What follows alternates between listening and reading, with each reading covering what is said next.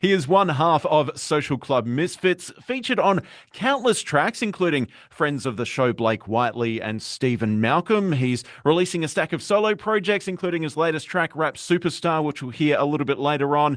And of course, he's also launched Apollo Records. Welcome to the show, Marty. How are you, man? And the crowd goes wild. Yeah, yeah, Oh yeah. man, I Doing didn't very have the well. canned applause. I'm sorry. I apologize. That's my bad. I'll add it in post. It's all good. I'm doing really good. Thank you for having me.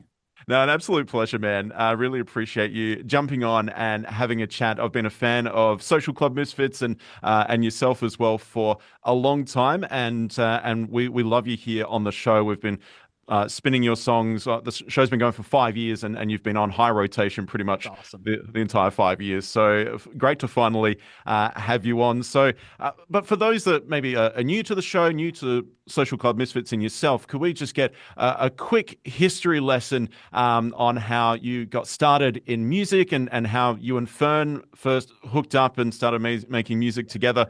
How did it all begin for Marty? Yeah, absolutely. Yeah, so when I was about 24 years old, I had this really rough situation where I was serving. I just gotten saved a couple years before. I was Yeah. working at a church. I was going to Bible college, and as soon as I graduate, literally the summer I graduated, my pastor that I was serving, that I was this was a man that I was very, very close to. He ended up having like a mental, he just went crazy.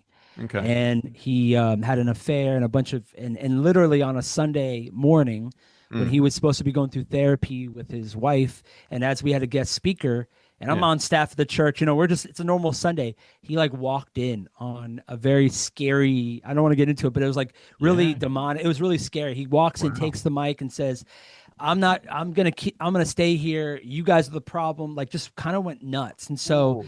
he essentially kicked me out of the church, told me that I have to leave like in front of a crowd of people. It wasn't just some small service. It was a big service, very embarrassing, very shameful.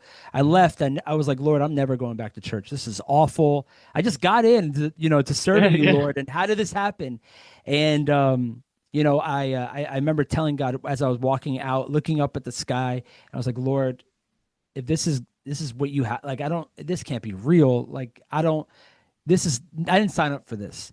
Mm. And it's funny because, from that situation, it launched my music career because at the same time I was getting out of this situation, Fern was getting out of prison.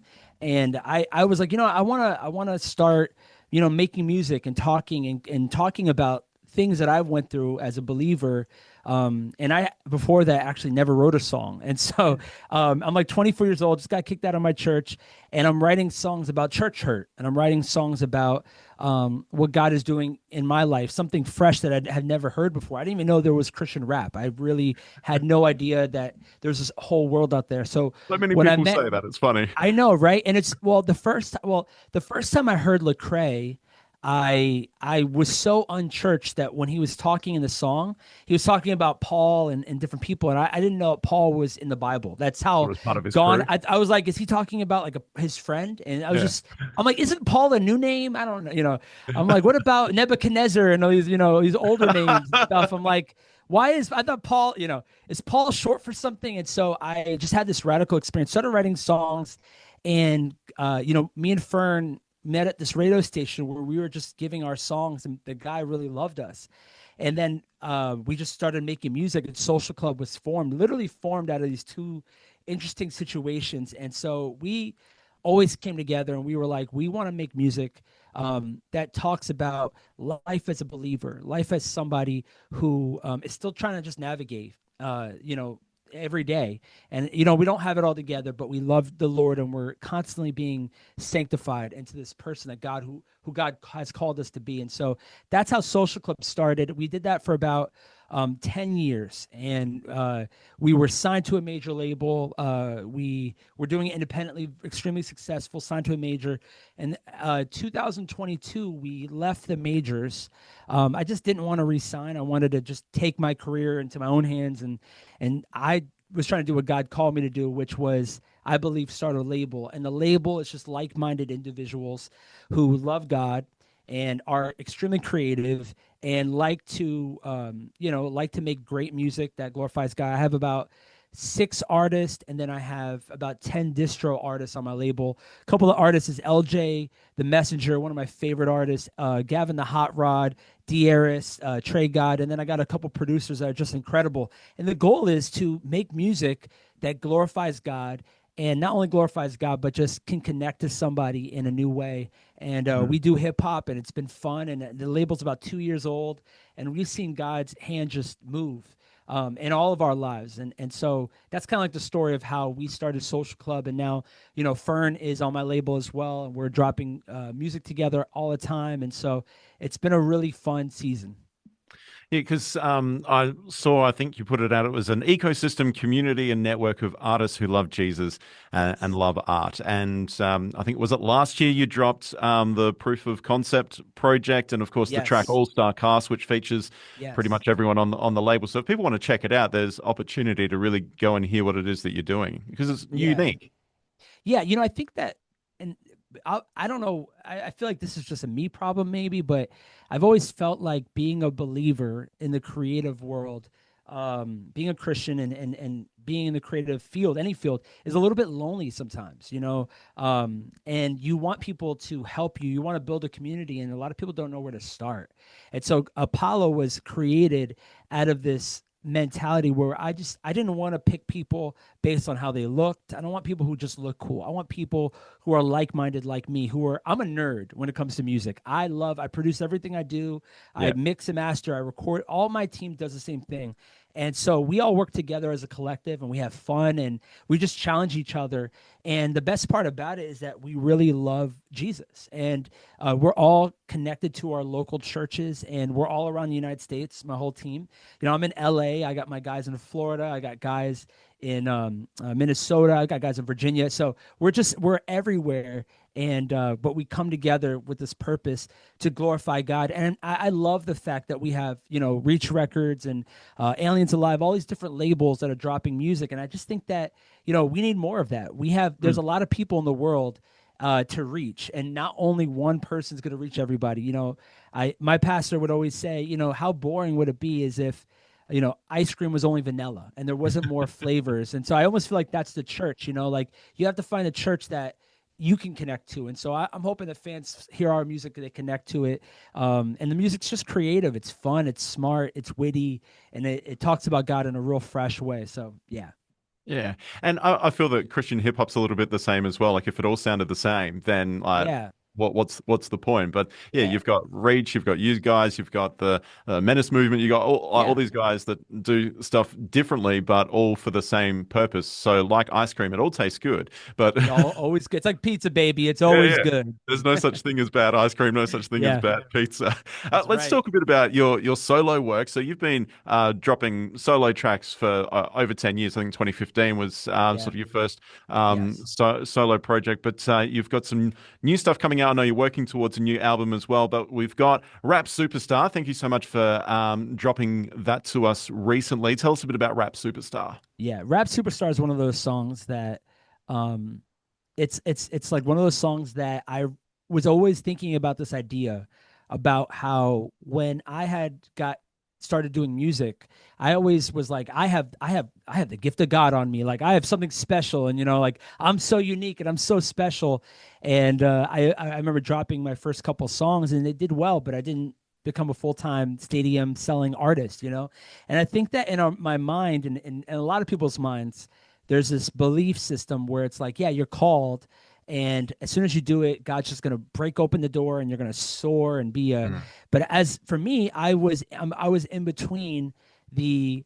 I don't have it yet. I'm not there, but I'm on the way. Mhm. And so the song really it talks about it made me really get into that place where I had a full-time job, and I'm writing music, and I'm like at my job writing music, and I'm like, why am I not where God has me yet? Like I was doing everything 5 minutes. I was doing everything, Lord. Why don't you? And so it's kind of. I was joking about the other day. I was like, it's kind of like a diss. It's like a diss song to me, where I'm Mm. talking about how I need patience. I needed God to develop me. I needed God to clean out my character and to do some internal things inside of me. And imagine if I would have just started out, first song successful, and I think that I would have been a disaster. And so God really protected me. And so the whole idea is just when you say yes to God, you're really saying no to your own plans. You're saying, yes, God, whatever you have for me, I'll do it. And Mm, and that's really where I'm at in my career, and where we are in our label is we're just saying, yes, Lord, we're going to continue to work, do everything we need to do. And the Bible says that we work alongside God, like we work with God. I just don't believe that God does everything for us. It's yes. impossible to think that we could just sit down and God does everything. The only way we could know that we are strong, only way we could know that we're smart is when we have opposition that lets us know that. We Mm. need there needs to be a level of friction, a level of risk to know what we're made of. And so, through the years, God has thrown things at me that I've seen other people fall and crumble, and I've seen other people, mess up opportunities. But I've really felt like, Lord, anything you give me, I'm going to honor it. I was telling this to someone the other day. I feel bad taking money from like performing at a church Yeah. or performing at a conference, because I'm like, this is God's money. This is not my money. And so, I just, the whole song is really about thinking that you're something special when God's like, you are special, but you need to go through the process of purification and to get where I need you to go before I release you and put a spotlight on you. So that's kind of like the mentality behind it. And I alluded to some new music on the way, a new project. So you don't have to give us all the details, but we can expect some.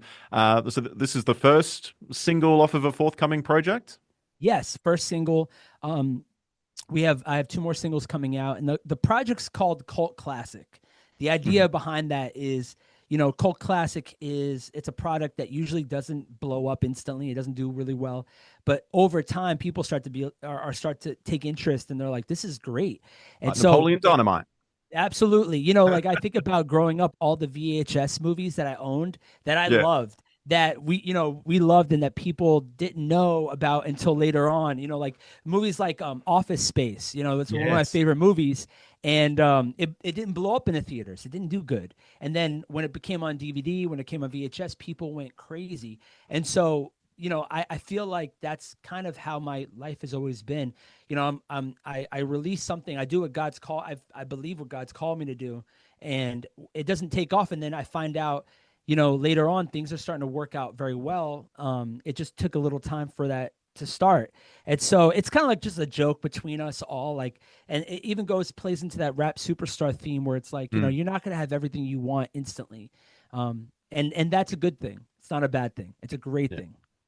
I love it, man. I love how grounded you are. I love how relatable a lot of your music is, but also how inspirational. Like, there's some lines in some of your songs that like stick with me, and some of my favorite lines in rap. So you're a complete package, and really blessed to be able to chat with you today. If people want to keep across cult classics and Yeah. the releases that you've got coming up, Apollo Records, what's the best way to keep in touch with you, Marty? Absolutely. If you have Instagram, that is the best way to follow us. Just follow us at Apollo Records, Hmm. or follow me.